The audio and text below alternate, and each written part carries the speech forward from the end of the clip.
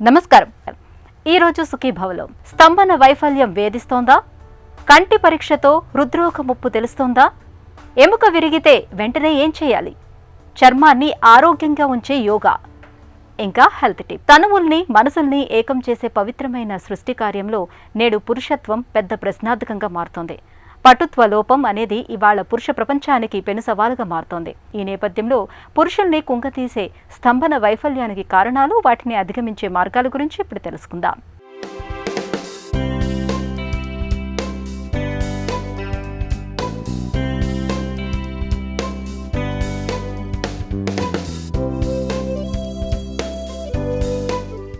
శృంగారం తనువుల్ని ఏకం చేసే బంగారం, ఆలుమగల అన్యోన్యతకు సంకేతం.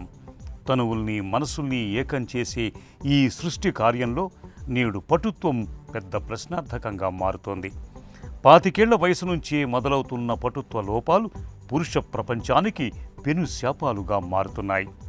ఫలితంగా దంపతుల మధ్య అంతులేని అసంతృప్తి చోటు చేసుకోవటంతో పాటు చివరికి దాంపత్య బంధమే బీటలు వారే పరిస్థితులు ఏర్పడుతున్నాయి. పురుషుల్లో ఇవాళ స్తంభన వైఫల్యం అనేది తీవ్రమైన సమస్యగా ఉంటుంది. పురుషుడు తాను కోరుకున్నప్పుడు అంగం గట్టిపడకపోవటం, ఒకవేళ గట్టిపడినా చాలా కొద్దిసేపే స్తంభించి ఉండటాన్ని స్తంభన లోపం అనుకోవచ్చు. స్తంభన వైఫల్యానికి ఒకప్పుడు మానసిక సమస్యలే ఎక్కువగా కారణమవుతాయని భావించేవారు. కానీ హై బీపీ, షుగర్, గుండె జబ్బుల వంటి శారీరక సమస్యలు కూడా స్తంభన వైఫల్యాన్ని తెచ్చిపెడుతున్నాయని ఇప్పుడు వైద్య రంగం స్పష్టంగా గుర్తించింది. అంగస్తంభన అంటే ఎందుకు జరుగుతుంది అనేది మనకు కావాలి. ఎలా జరుగుతుంది అంగస్తంభన? పెనిస్లో, మన పురుషాంగంలో బ్లడ్ స్పేసెస్ ఉంటాయి. అంటే ఆ పురుషాంగం పెద్దది కావడానికి బ్లడ్ అనేది పురుషాంగంలో రావడం, అక్కడ నిల్వ ఉండిపోవడం, దానివల్ల పురుషాంగం పెద్ద కావడం, గట్టి కావడం అనేది జరుగుతుంది. సో ఏమి జరుగుతుంది అక్కడ? ఒక పురుషాంగంలో బ్లడ్ స్పేసెస్ ఉంటాయి. ఆ బ్లడ్ స్పేసెస్లోకి బ్లడ్ వస్తుంది. ఆ బ్లడ్ని ఒక రక్తనాళం తీసుకొని వస్తుంది. ఆ రక్తనాళంలో బ్లడ్ ఫ్లో అనేది బ్రెయిన్ నుంచి స్టిమ్యులస్ వల్ల వస్తుంది.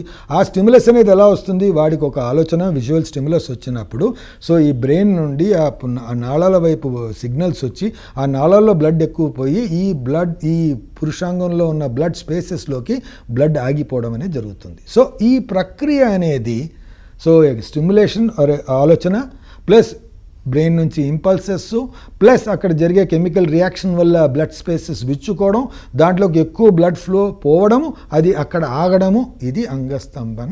ఆ టైంలో ఏమవుతుంది? ఒకసారి ఆర్గజం లేకపోతే మనసులో ఒక ఆనందం కలిగిన తర్వాత ఆ బ్లడ్ స్పేసెస్లోంచి బ్లడ్ వెనక్కి వెళ్ళిపోవడం, అంగం చిన్నదైపోవడం అనేది జరుగుతుంది. సో ఈ ప్రక్రియలో ఎక్కడ ప్రాబ్లం ఉన్నా కానీ మనకు అంగస్తంభన సరిగా రాదు. అంటే మనకు కోరిక అండ్ నెంబర్ 2 ఆలోచన కరెక్ట్గా ఉండాలి. ఎవరినో 10 మంది నిలబెట్టి ఒకరికన్నా బాబు నీకులో అంగస్తంభన వస్తుందేమో చూడు అంటే వాడికి వస్తుందా అండి? 10 మంది ముందు రాదు. ఎందుకు? There is a inhibition. అదొక సోషల్ ఈవెంట్ కాబట్టి తనలో ఆ ఆలోచన కలిగి ఆ కరెక్ట్ సందర్భంలోనే రావడం జరుగుతుంది. సో ఆలోచన సరిగా లేకపోతే మీలో అంగస్తంభన రాదు. ఇక్కడ ఆలోచన వచ్చినా కానీ ఇప్పుడు సపోజ్ ఈ నర్వ్ సప్లైలోనూ వాటిల్లోనూ ఏదైనా లోపం ఉందనుకోండి, ఆ రక్తనాళం వరకు అసలు నర్వ్ సప్లై స్టిమ్యులేషన్ రాదనుకోండి, అప్పుడు కూడా రాదు. అంగంలో ఆ బ్లడ్ స్పేసెస్లో ఏదైనా జబ్బు ఉందండి, అంగంలోనే ఏదో జబ్బు ఉంది, దానివల్ల ఆ బ్లడ్ స్పేసెస్ అనేది మూసుకుపోయినాయి, దాంతో మీకు బ్లడ్ ఫ్లో అవ్వడానికే జగాలేనప్పుడు కూడా మీకు ఎరెక్షన్ రాదు. పురుషాంగం అత్యంత సూక్ష్మమైన రక్తనాళాలతో నిండిన సున్నితమైన అవయవం. అంగస్తంభనలో నాడులు, రక్తనాళాలదే కీలక పాత్ర. అయితే వయసుతో పాటు టెస్టోస్టిరాన్ స్థాయి తగ్గటం, శృంగార వాంఛలు తగ్గుముఖం పట్టడంతో రక్తనాళాల్లోనూ వయసుతో పాటు ఎంతో కొంత మార్పులు వస్తాయి. కాబట్టి స్తంభనలు కొంతవరకు తగ్గుతాయి. ఇక ఇప్పటికే హై బీపీ, షుగర్, కొలెస్ట్రాల్, గుండె జబ్బులు వంటి సమస్యలతో బాధపడుతున్నప్పుడు, మానసిక చికాకులతో సతమతమవుతున్నప్పుడు చాలామందిలో స్తంభన వైఫల్యం సమస్యగా మారుతుంటుంది. స్తంభన లోపం ఉందా లేదా అన్నది నిర్ధారించుకునేందుకు వైద్యులు కొన్ని రకాల పరీక్షలు చేస్తారు. వీటిలో ప్రధానంగా రక్తనాళాలు, నాడులు, హార్మోన్ల పనితీరు ఎలా ఉందో పరీక్షిస్తారు. స్తంభన సామర్థ్యానికి రిజిస్కాన్, రక్తనాళాల పరిస్థితిని తెలుసుకునేందుకు కావెర్నోసోమెట్రీ పరీక్షలు ఉపకరిస్తాయి. పినైల్ డాప్లర్ ఎవాల్యుయేషన్ ద్వారా అంగంలో రక్తనాళాలు ఎలా ఉన్నాయో తెలుస్తుంది. రక్త పరీక్షలో టెస్టోస్టిరాన్, ప్రొలాక్టిన్ హార్మోన్ల మోతాదును తెలుసుకుంటారు. అవసరమైతే మరికొన్ని ప్రత్యేకమైన పరీక్షలు చేస్తారు.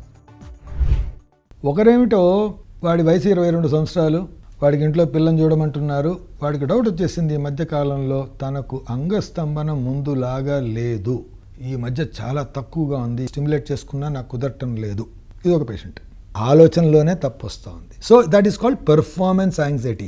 వాడికి ఒక యాంగ్జైటీ డెవలప్ అయింది. నేను రేపు పొద్దున పెళ్లి చేస్తే నేను నిజంగా పర్ఫామ్ చేస్తానా లేదా, దానివల్ల నాకు ఎంత లోపం వస్తుందో, నేను ఎంత బద్నామం అవుతామో అన్న ఒక ఆలోచన రావడంతోనే వాడికి అంగస్తంభం అనేది ఆగిపోతా ఉంది. ఎంత ట్రై చేసినా కానీ రావటం లేదు. ఇంకో పేషెంట్ వస్తారండి, డాక్టర్ గారు నా వయసు 47 ఇయర్స్ అండి, ఐఎమ్ ఫిజికలీ ఫిట్, కానీ నా ప్రాబ్లం నాకు 20 ఏళ్ల నుంచి డయాబెటీస్ ఉందండి, బాడీలో అథెరోసిరోసిస్ అంటే రక్తనాళాలు మూసుకునే జబ్బు అనేది వ్యాపించి ఉంది ఆల్రెడీ. అలాంటి నాళాలే రక్తాన్ని పెనిస్లో కూడా తీసుకొని వస్తాయి. ఆ నాళాలు కూడా రక్తనాళాలు కూడా మూసుకున్నాయి కాబట్టి తనకు రావటం లేదు. అలాగే ఇంకో కొంతమందికి ఉంటారు, ఏదో స్పైనల్ కార్డ్ ఇంజరీ లేకపోతే ఇంకో న్యూరలాజికల్ డిసీజ్ ఉంటుంది, ఈ నర్వ్స్లో సరిగా దాని ఈ ఎలక్ట్రికల్ ఇంపల్సెస్ సరిగా పోనప్పుడు కూడా వస్తుంది. కాబట్టి కారణం బట్టి ఈ అంగస్తంభనలో లోపం జరగడం సహజం. సో ఆ కారణం ఏమైండొచ్చు అని అనుకోవాలి, దాన్ని బట్టి మనం ట్రీట్మెంట్ ఇవ్వాలి. ఇప్పుడు ఈ మొదటి వాడికి ఉన్నాడు, వాడి ఆలోచన సరిగా లేకపోతే ఒక సైకాట్రిక్ కౌన్సిలింగ్ ఇచ్చే అవకాశం ఉంటుంది.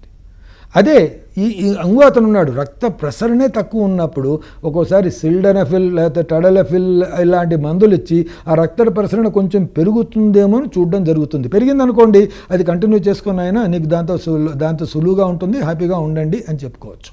అసలు పెరగలేదనుకోండి రక్త ప్రసరణ కూడా, అప్పుడు ఏం చేయాలి, మీలో రాడ్స్ అనేటివి, ఒకటి పెనైల్ ప్రాస్థెసిస్ అంటే అంగంలో 2 రాడ్స్, ఆర్టిఫిషియల్ రాడ్స్ పెట్టి పెనైల్ ప్రాస్థెసిస్ అంటారు, దాంతో ఆర్టిఫిషియల్ ఎరెక్షన్ తెచ్చుకునే అవకాశం ఉంటుంది. ఇంకా కొంతమంది ఉంటారు అంగంలోనే కొన్ని స్పేసెస్, పైరోనిస్ డిసీజ్ అనో లేకపోతే కొన్ని కారణాల వల్ల అంగంలో బ్లడ్ ఫ్లో సరిగా రాకపోవడం జరిగితే దానికి షాక్ వేవ్స్ అనేది ఇస్తాం, పెనిస్ మీదే షాక్ వేవ్స్ ఇస్తాం, దానివల్ల rejuvenation of the blood flow అనేది జరుగుతుంది కొంతమందిలో.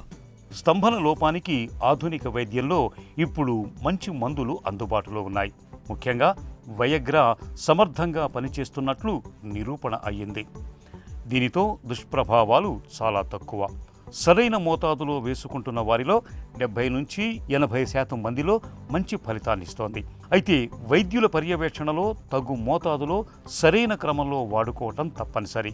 వయగ్రా తాత్కాలికంగా పనిచేసే మందే గాని శాశ్వతంగా స్తంభన లోపాన్ని తగ్గించేది కాదని గుర్తించాలి. సమస్యను బట్టి హార్మోన్ మాత్రల వంటివి అవసరమవుతాయి. వయాగ్రాతో ఫలితం లేని కొందరికి సర్జరీలు అవసరమవుతాయి. శాశ్వతంగా స్తంభన లోపాన్ని తగ్గించుకోవాలంటే పీనైల్ ప్రోస్టెటిక్ ఇంప్లాంటేషన్ సర్జరీ ఉపయోగపడుతుంది. పెరిస్లో ఉన్న బ్లడ్ స్పేసెస్ ఖరాబ్ అయిపోయినాయి, నాకు అసలు కంప్లీట్గా మూసుకుపోయాయి అన్న పక్షంలో వాళ్ళలో ఈ రాడ్స్ పెట్టి ఆర్టిఫిషియల్గా మనం ఎరెక్షన్ ఇచ్చే అవకాశం ఉంటుంది. దాంట్లో ఇన్ఫ్లేటబుల్ ప్రాసెసెస్, రిజిడ్ ప్రాసెసెస్ అంటాం. అంటే రిజిడ్ అంటే ఎప్పుడు రిజిడ్గానే ఉంటుంది, ఇన్ఫ్లేటబుల్ అంటే అవసరమైనప్పుడు దాన్ని ఇన్ఫ్లేట్ చేసుకోవచ్చు ఒక బటన్ ద్వారా, దానివల్ల అది పెద్దగా అవడం జరుగుతుంది. అయిపోయిన తర్వాత దాన్ని ఇన్ఫ్లేట్ మళ్ళీ ప్రెస్ చేసామంటే డీఫ్లేట్ అవడం జరుగుతుంది.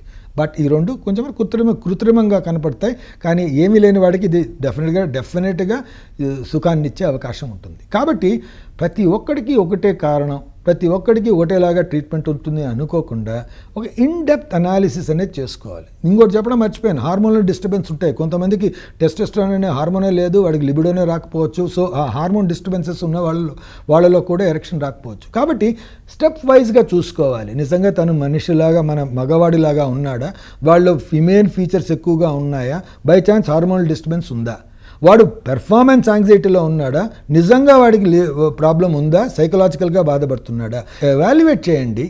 అవసరమైన దాన్ని బట్టి either prosthesis or sildenafil tablets or shock waves to the penis, ఈ మూడిట్లోనూ ఏదో ఒకటి మనం అవసరంను బట్టి వాడాల్సిన అవసరం ఉంటుంది. మన గుండెలోని రక్తనాళాలు 50% మూసుకుపోయినా చాలామంది బాగానే ఉంటారు, బండి నెట్టుకొస్తూ ఉంటారు.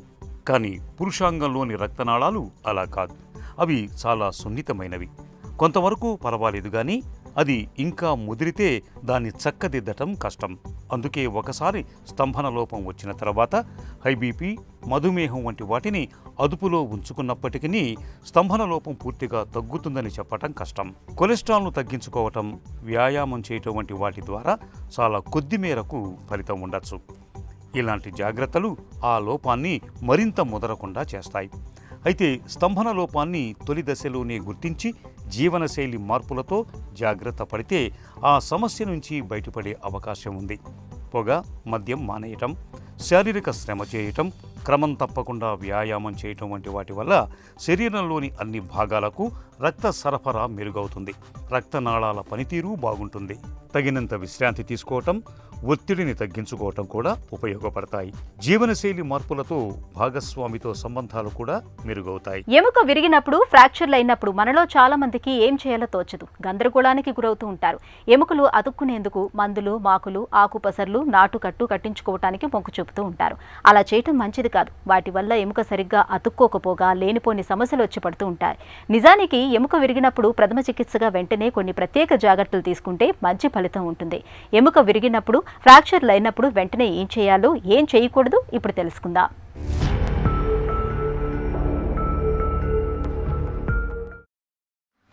ప్రమాదాలు జరిగినప్పుడు లేదా ఎత్తైన ప్రదేశం నుండి క్రింద పడినప్పుడు ఎముకలు విరిగిపోతుంటాయి.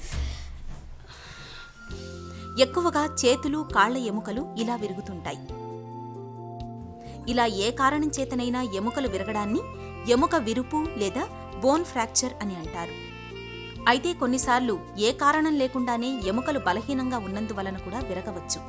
ఇలా ఎముకలు ఫ్రాక్చర్లు అయిన సందర్భాలలో మనలో చాలామంది బాధితుల్ని ఎలా పడితే అలా ఆసుపత్రికి తరలిస్తుంటారు. అలా చేయడం వల్ల ఎముకల్లో ఫ్రాక్చర్లు మరింతగా పెరిగే ప్రమాదం ఉంది. ఎముకలు విరిగినప్పుడు ముందుగా దెబ్బ తగిలిన చోట రక్తస్రావం అవుతున్నట్లయితే గాయాన్ని శుభ్రపరిచి రక్తస్రావాన్ని అరికట్టాలి. దెబ్బ తగిలిన భాగానికి విరిగిన ఎముక కదలకుండా కర్రబద్దలతో ఆధారం కల్పించాలి. జాగ్రత్తగా గట్టిగా కట్టుకట్టాలి. బ్యాండేజీ విరిగిన ఎముక మీద కాకుండా దానికి అటూ ఇటూ కట్టాలి. అయితే రక్త ప్రసరణ ఆగిపోయేంత గట్టిగా కట్టకూడదు. ఎముక విరిగిన భాగాన్ని కాస్త ఎత్తులో ఉండేలా కింద దిండును ఉంచాలి. నొప్పి మరీ తీవ్రంగా ఉందని చెబుతున్నప్పుడు ఐస్ ప్యాక్తో కాపడం పెట్టడం మేలు. బాధితుల్ని చదునుగా ఉండే చెక్కబల్ల వంటి వాటిపై పడుకోబెట్టి సాధ్యమైనంత త్వరగా ఆసుపత్రికి తీసుకెళ్లాలి. చర్మ వ్యాధులతో ఎప్పుడు చికాకే. చర్మంపై తేమ ఎక్కువైనా తక్కువైనా ఇబ్బందే. చర్మం పొడిబారిపోవటం మొదలుకొని జిడ్డుగా మారడం వరకు అనేక చిక్కులు ఎదురవుతూ ఉంటాయి. ఇక సీజన్ మారినప్పుడు చర్మానికి సమస్యల బెడద మరింతగా పెరుగుతూ ఉంటుంది. అలర్జీలు, ఎగ్జిమా, తామర వంటి వ్యాధుల మూలంగా కూడా చర్మానికి సమస్యలు పెరుగుతూ ఉంటాయి.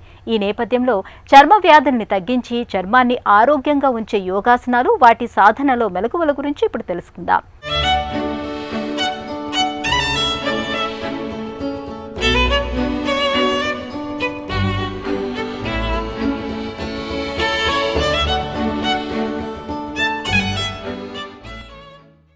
అందరికీ నమస్కారం. అందరికీ ఆరోగ్యం. ఈరోజు కార్యక్రమంలో చర్మ సమస్యలకి, చర్మ ఆరోగ్యానికి యోగా ద్వారా ఏ విధంగా ఆరోగ్యాన్ని చేకూర్చుకోవాలి అన్న దాని విషయంగా మనం తెలుసుకోబోతున్నాం. ముఖ్యంగా చలికాలం వచ్చిందంటే చర్మం అంతా పొడిబారిపోవడం, చర్మం పగిలిపోవడం చాలా ఇబ్బందికరంగా మారుతూ ఉంటుంది. ఇటువంటి సమస్యలకి యోగా ఆసనాల ద్వారా, కొన్ని ముఖ్యమైనటువంటి ముద్రలు, ప్రాణాయామాల ద్వారా శారీరక సౌందర్యానికి ఉపయోగపడేటటువంటి, స్కిన్ని చక్కగా మృదువుగా ఆరోగ్యవంతంగా తయారు చేయడానికి ఇప్పుడు మనం చేయబోయేటటువంటి ముద్రలు, ఆసనాలు ఎంతగానో ఉపయోగపడతాయి. అదేవిధంగా స్కిన్కి సంబంధించినటువంటి కొన్ని అలర్జీస్ తొలగించడంలో కూడా ఈ యోగా ప్రక్రియ చాలా బాగా ఉపయోగపడుతుంది. అందులో భాగంగా ఈరోజు మనం తెలుసుకోబోతున్నాం త్రికోణ ఆసనం, పృథ్వీ ముద్ర. ఈ త్రికోణ ఆసనం, పృథ్వీ ముద్ర ఏ విధంగా చేయాలో చేసి చూద్దాం. త్రికోణాసనం ఇది నిలబడి చేసేటటువంటి స్థితి నుంచి చేస్తాం. త్రికోణం ఈ ఆసనం యొక్క చివర భంగిమలో గనక మనం గమనించినట్లయితే 3 కోణాకృతులను పోలి ఉంటుంది. కాబట్టి ఈ ఆసనాన్ని త్రికోణ ఆసనం అంటున్నారు. ఆ ఆసనం ఏ విధంగా చేయాలో చేస్తాం. ఈ త్రికోణాసనం నిలబడి చేస్తాం. పాదాలు 2 జతలో ఉంటాయి. 2 చేతులు శరీర పక్క భాగాలు తాకుతున్న విధంగా ఉంటాయి. ఈ స్థితి నుంచి 2 కాలంలో ఏర్పడేటటువంటి ఈ చర్మ సమస్యలకి యోగ చికిత్స ఏ విధంగా చేసుకోవాలో వాటిని అందరూ ఆచరించి అందరూ ఆరోగ్యంగా ఉండాలని కోరుకుంటున్నాం. నమస్కారం. చర్మ వ్యాధుల్ని తగ్గించి చర్మాన్ని ఆరోగ్యంగా ఉంచే యోగాసనాలు, వాటి సాధనలో మెలకువల గురించి తెలుసుకున్నాం కదా.